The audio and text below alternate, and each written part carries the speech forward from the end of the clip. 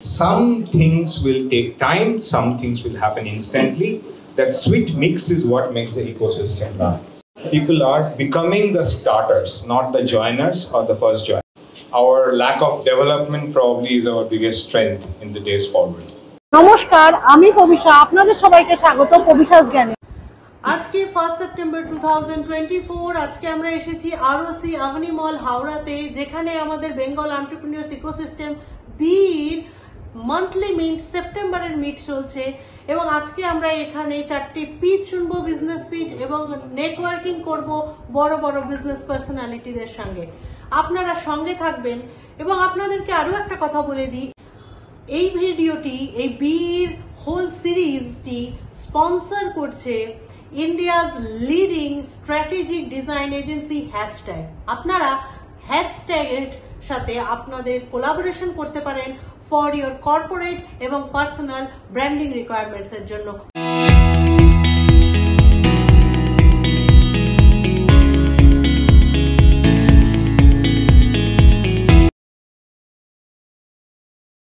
Xelpmoc guide and what, and also is so-called shareholder.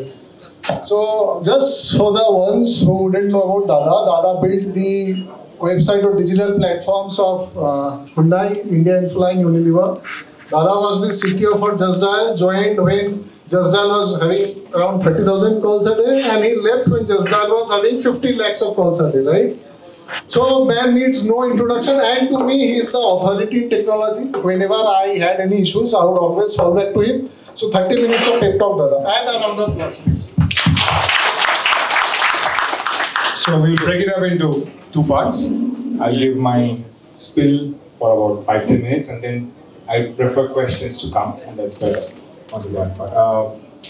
The first aspect is that our lack of development probably is our biggest strength in the days forward. We have not been over-reliant on industries which may be affected by the ongoing onslaught of new technologies.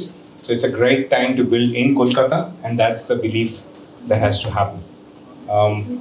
3-4 observations, and this has been a long journey, as Arun said. We have been discussing the ecosystem building, which was also alluded to in the previous one. And I want to today sort of dedicate this to the changes I have seen. So the biggest change I have seen is we would always see a CXO who's a Bengali, most probably from Kolkata or from Kolkata onto that part, but they were not the founder. I guess that mindset has changed quite considerably, and people are becoming the starters, not the joiners or the first joiners. That was happening for some time. That's the first thing.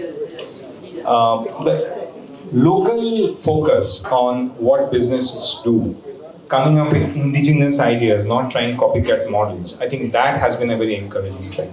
Many of the pitches that we heard today are not really copycats, are not like I'm aware of X or Flipkart of Y.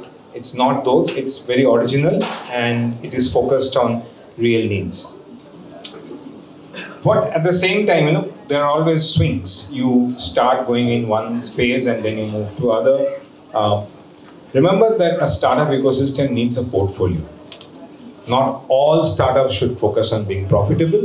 Not all startups should focus on being eyeball catching. Some things will take time. Some things will happen instantly.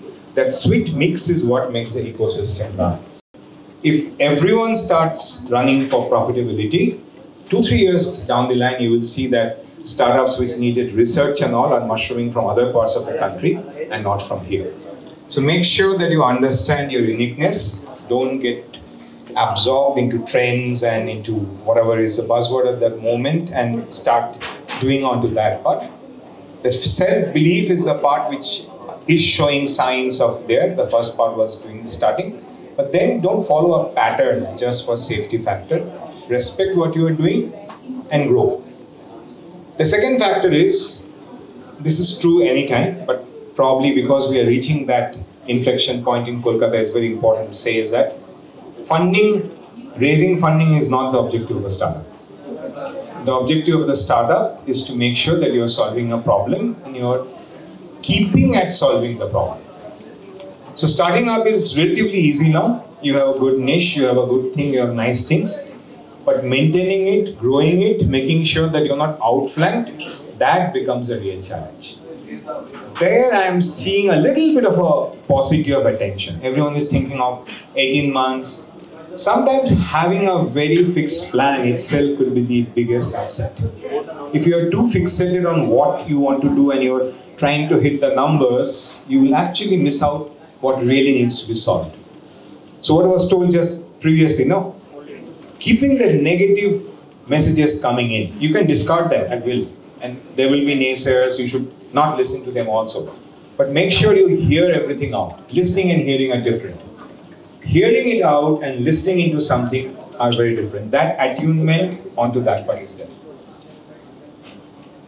Most of the people that I have seen are extremely operation focused, and that's why they're succeeding.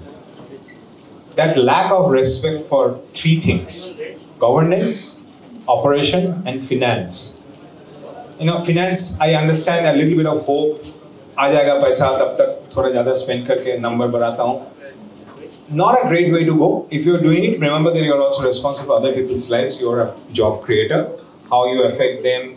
You cannot hire and fire. You cannot use and throw. These are actual people, skills. That respect has to come in. Yes, the entrepreneur is the captain of the team, not the star of the show. That has to happen. And respect for your fellow players. Whoever joins with the faith when you are nobody is more respectable than whoever comes after you have succeeded. Please remember that. No matter what pedigree, degree they bring to the table. That's the second aspect. The thing that worries me is that, and I'll just say basic equations. You all learned in class 7 the physics equation of motion, which is V equal to U plus Ft. Now people forget that no matter how high the U is, which is what your initial funding, initial pitching, initial idea is, the real thing that will move you and move the needle is that acceleration part of it. And that acceleration is all about continual improvement. And the mool mantra there is that disrupt yourself before someone else does. And if I tell you every startup has happened in most spaces, most startups have happened in spaces which are already occupied because the incumbent did not disrupt itself. Do not become an incumbent. Always think onto that part. Break your team up into two parts. That's where execution comes in. The execution people should focus on making sure everything is absolutely spick and span.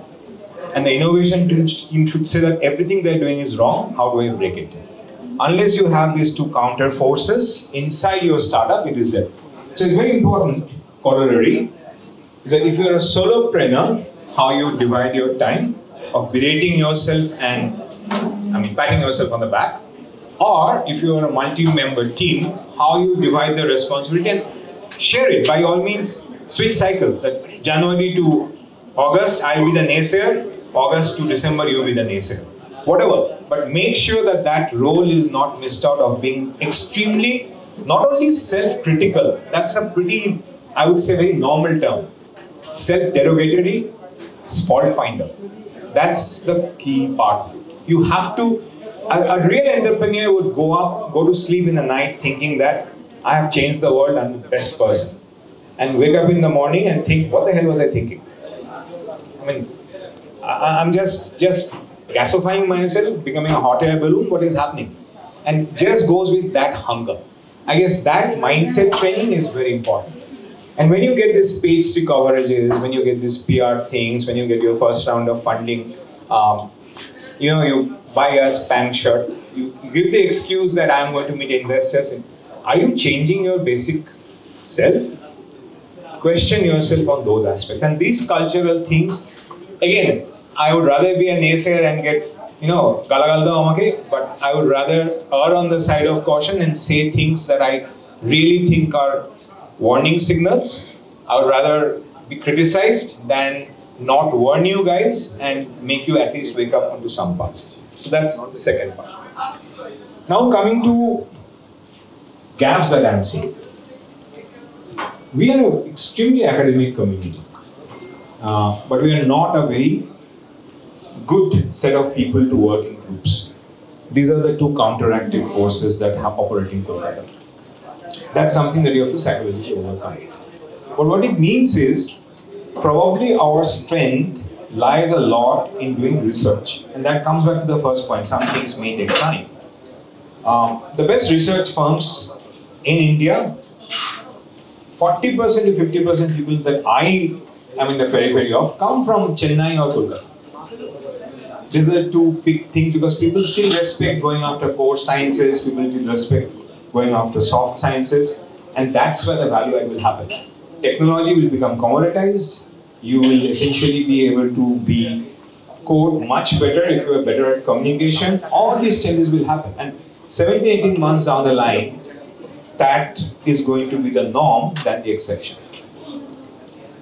Fortunately for us, like I say, the fact that we have not incumbent sunk cost into the other aspect of ITAS could be our savior and probably is the part that we should focus on. That's a missed opportunity.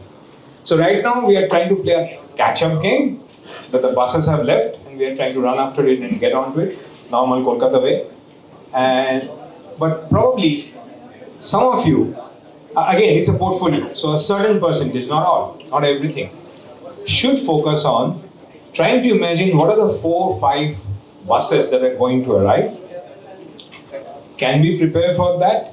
Can we lead the market for that? But I think that time for Kolkata has come. That we should lead in terms of thought. You see, in some sectors it has happened naturally. But we have not been able to expand it. We have not been able to go all India. We have, again, the complacency, that factor has made us not go out. Inherent part of it. Yes, we have become bigger risk takers than before, but we have still not attained that level of daring risk taking yet in terms of that. So when I hear that I'm going to open in 4 cities, 5 cities, I feel good.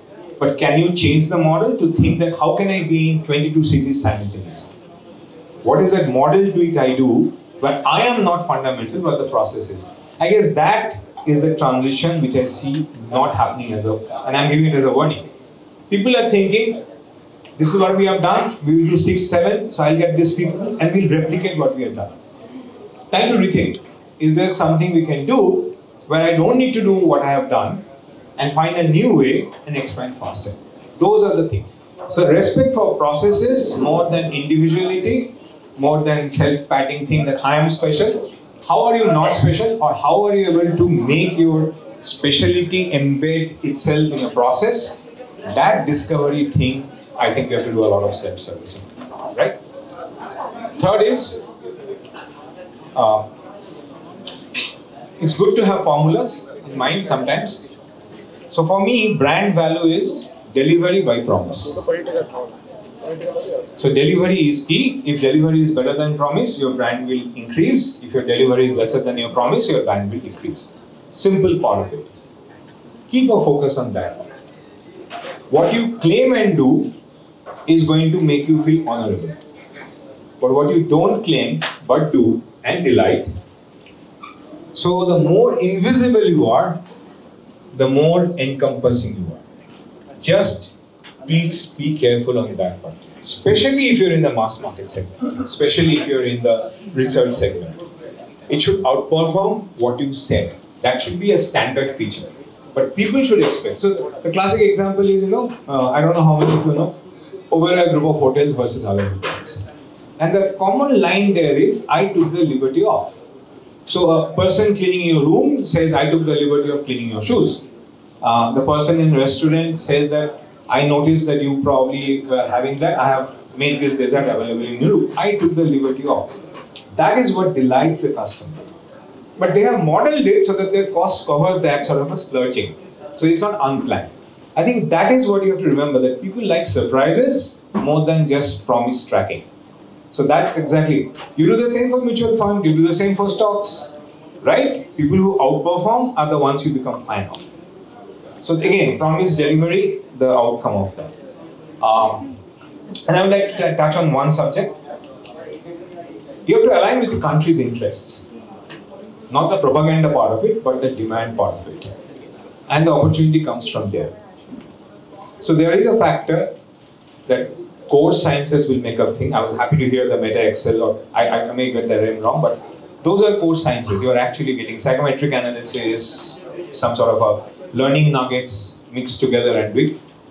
Probably those are the things that will be there. So psychology, economics, sociology, these probably will become big norms. I think this place has a great resource pool for that. How you weave that into parts of it, how you look at it is there. Manufacturing is going to be big. No question about it, right? And of course, your roti kapra makan will not go away. And these are probably going to need reevaluation, product substitution, import substitution, huge amount of opportunities. How many of you, just a show of hands, are aware of all the challenges different departments of government of India are doing? How are you tracking ready markets? We are all waiting for that one idea to come to our head, but are you aware of what are the opportunities people are prescribing and saying, hey, I'm there. If you can innovate this, I have a market for you. How many of you are tracking those? Defense challenges. See, how many of you are tracking what funding was raised? That is the problem. We are always looking at the PR part of it, but not the fundamental building block. That has to change. That's all I have to say on my own. I'm happy to take questions, whatever be the time.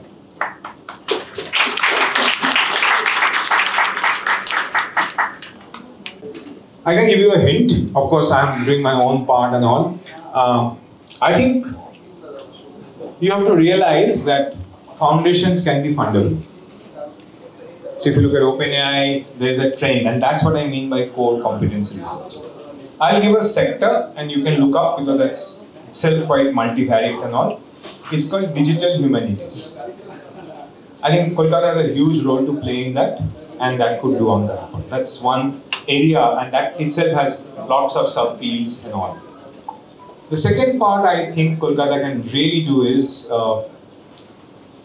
not the creator economy, the creative economy. We were always fantastic about ideas, horrible about managing production. The tools now make the production much more less reliant on other resource pools and things. So imagination running wild, being paid for, I think Kolkata is probably the best place. We all like have our wild imaginations and lesser inclination towards execution. So that's the second field. The third field where I believe Kolkata should take the lead because we have a history, I would like to think we have the consciousness, which is social ventures and innovation. And they are not NGOs. I'm talking of low EBITDA, low net PAT, but huge volume. Like I consider both of the things that I have done both as mass market and social. I have my own tech, you may debate it, money control and Justdial. So I was a founder at Money Control and all. So if you look at the timing, 97, 98, the reason for building Money Control was to make sure that every middle class person starts not looking as stock market as Satta Bazaar and lottery, but understanding there is a science to it, and that will invoke the greed of the middle class educated people, wherein we will get the innovative entrepreneurs, not the trading and the licensed Raj entrepreneurs. So if you want to make social change, there are things of that sort. Second is, in the 2000s when we were looking at that part, when I started, I approached Justdial and said we should do these changes, and that's how the technology part happened. Deep pockets, advertising budget was killing the SME industry. So the fact that if you could have some sort of platform where you say that every business has a right to enlist itself for sought advertisement, and whether they pay or not is secondary, and we will create that sort of a platform where every information is covered. I think that encompassing was there. So, and how technology helped in this, we could cover probably 120 categories in the pre-technology era, and within 3-4 years we had ramped up to 120,000 categories spread across 16 million people. Mass markets are great things for impact. So anyone who's think of impact innovations, I would like to believe Kolkata has a heart for it, and that's the right heart and brain mix. So those are the three areas I would point out. There are innumerable, but these are the three I would talk about or sleep about and dream about. That's it.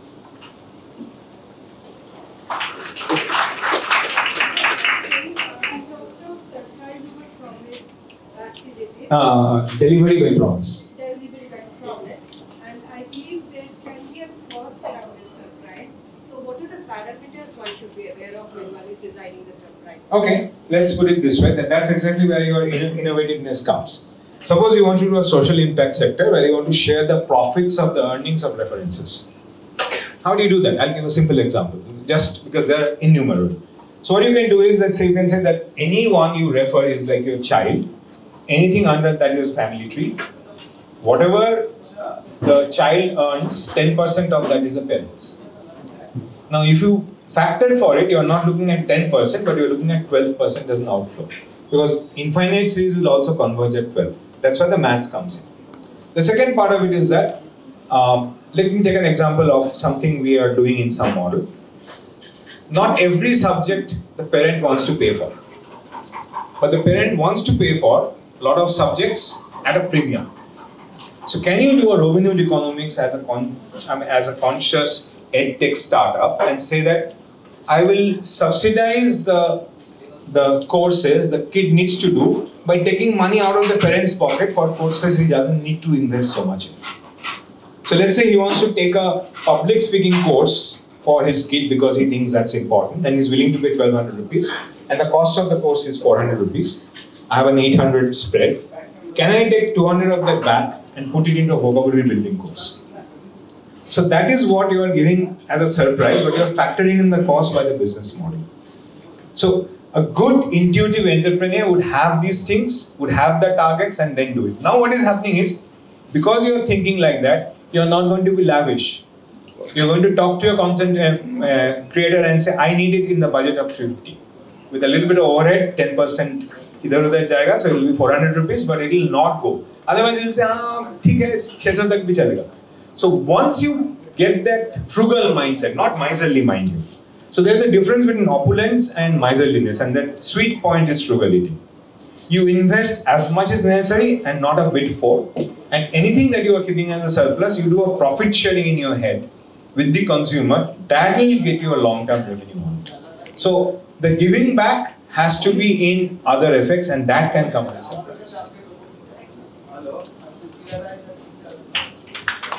There are some learnings from For the next 15 years, anyone thinking of an impact solution has to take care of 3 V's. Vernacular, voice, and video. So anything you do and everything you do, these 3 things have to be part of your strategy in some way or the other.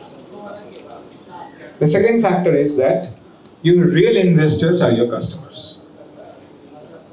Everything else is a question of getting their money out of their pocket. And the Indian customer is the most value-conscious customer. Because I'm in Bengali, I'll tell a proverb by which the Indian customer works. Don't take it otherwise. Nara cover beltola jai. Correct? So the crux of it is that how many times will a person do its mistake? And this is the reason we have a lot of registrations, we have a lot of tryouts. The conversion to paid is much lesser in India than in any other country.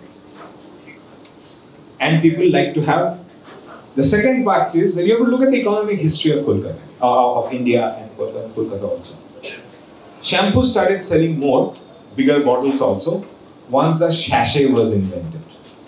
Because people like that sampling, a small experimentation before they go for a big one. What is your sachet?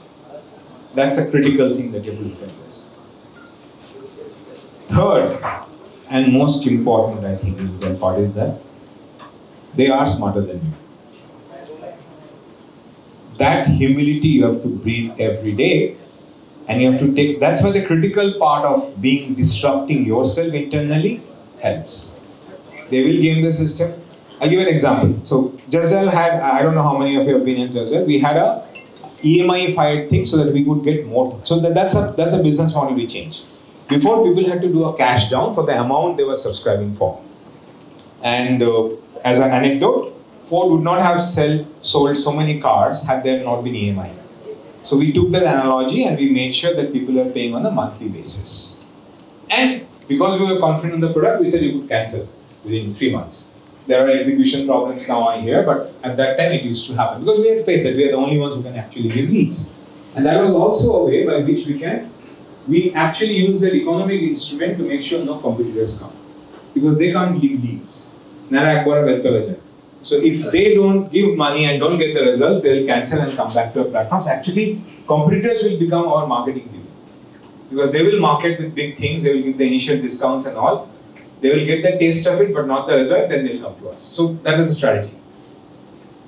And then we started seeing a pattern that certain sectors join for 2 months, then vanish, again resurface after 4 months. And I'll take one example, which was, let's say, flower vendors, floral decoration and all those things. They would take the subscription on 1st of February and they would stop by around 15th of March. Then again they will take around, somewhere in October and all, and that was not calendar, English calendar based, that was more Indian calendar based, so near the Diwali period. And then we realized 14th is Valentine's Day, and that's a festive season, so they maximize on that part. So we had to change our pricing to from a straight line to a double hump curve. So those are the metrics that you have to keep on monitoring, and your market will teach you onto that part. Pricing is very, very important for any startup. How you're able to do micro pricing, how you're able to give discount on usage. Don't give discount upfront. Let it be an entry barrier, because then only you get the serious people. But loyalty program ke bagaye, ab discount do next purchase pe.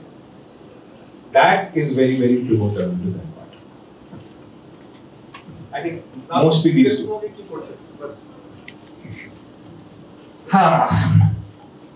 So the company I currently run is called Xelpmoc. That's complex spelled backwards.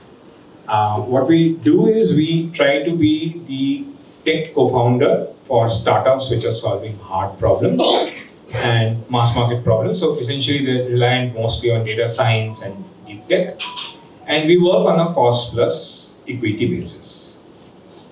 So the real success of Xelpmoc depends on two factors: our credibility in terms of being able to actually deliver a solution, and how much success the startups have. Because we are also listed, by the way. So we act more like a retail investor being able to spend even 1,000 rupees on the startup ecosystem, because we are acting like a surrogate, kind of a mutual fund for startups that we are betting on, not the whole industry, right? So wherever we are working, and we believe that people we are working on, we are able to judge better, so we are able to deploy capital or give early signs on what the thing is and keeping that part.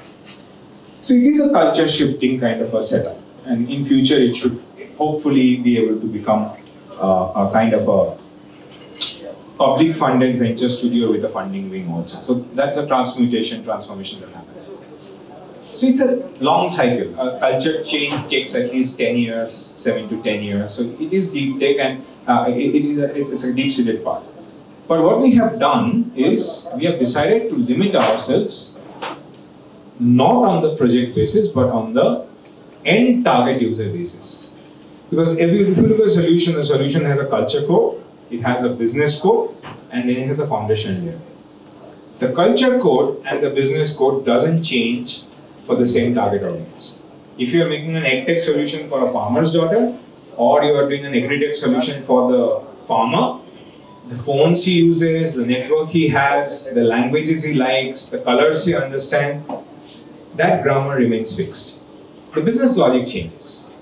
That is what we expect the startups to bring, and these two parts are what we expect to contribute, and the learning from one to the other gets us spillover, and that's how we want to amortize and increase the rate of success of the startups. That's a thesis. And when we went in with a lot kept on the table, not what the valuation the bankers told, but what we felt was right. Then, as usual, the market drives it up. We had to go and tell this is pretty hot air and all those things. I think it has come to the right place. And one of the visions or one of the dreams I have is some of the startups we do merge into us so that they get immediate liquidity. Or we do a stock swap so that they get a public market access and that financial muscle. But proofing is there. I think now some of the startups are reaching the maturity because we are ourselves 7-year vintage. So our average startup is 3-4 years, and failure rates are pretty high, but not the 7% or 5% which VCs do. We are looking at a 25 to 33% success rate. So that's more or less what we do. Shampoo and sachet. So currently we can can see a boom at the freemium model in software business. So I just want to have a take on that. Like, what are the pitfalls and what are the... I guess there's a silver bullet for this. It totally depends on the model. Where your operating expense is negligible, premium model is affordable. If it is not, it is not. You have to recover the cost. It is a profit that you are giving the discount on. I did mention profit share. I never said cost bearing. That's a very socialist model. You know what that does to the economy, right? Doesn't work. Young guys who are looking at a pathway to get into entrepreneurship maybe in 2-3 years. At the moment, there are several research projects or some semi-AIR kind of an activity we're looking at. I'm looking at people from design, law. Law is very, very young, bright lawyers who are willing to delve a little bit into cooperative and self-help group laws and financial institution laws. I'm looking at that. And people from linguistics, language, these are the key. Anyway, if you find it interesting to work on something which is a bit esoteric and more research-oriented and more trial-oriented, do reach out. My contacts can be there. I'm on the B group also. So you'll find my name there. You can always message me on that. And I do respond back to WhatsApp within one day, that's for sure. আপনাদের আজকের ভিডিওটা কেমন লাগলো অবশ্যই জানাবেন। আপনারা অবশ্যই জানাবেন কমেন্ট সেকশনে, এই ভিডিওর নিচে কমেন্ট সেকশনে আপনারা অবশ্যই জানাবেন এবং এই চ্যানেলটি সাবস্ক্রাইব করতে ভুলবেন না এবং লাইক এবং শেয়ার করতে ভুলবেন না। আপনাদের যদি ভালো লেগে থাকে এরকম আরও যদি আপনারা বিজনেস স্পিচ দেখতে চান বা আপনারা যদি এরকম ইভেন্টে আসতে চান অবশ্যই আমাদের সাথে কোলাবোরেট করতে পারেন। পবিশাস জ্ঞানে নিচে ডেসক্রিপশনে লিঙ্ক দেওয়া হয়েছে, অবশ্যই আসবেন, সাবস্ক্রাইব করতে ভুলবেন না। তাহলে নমস্কার, আজকে আসি।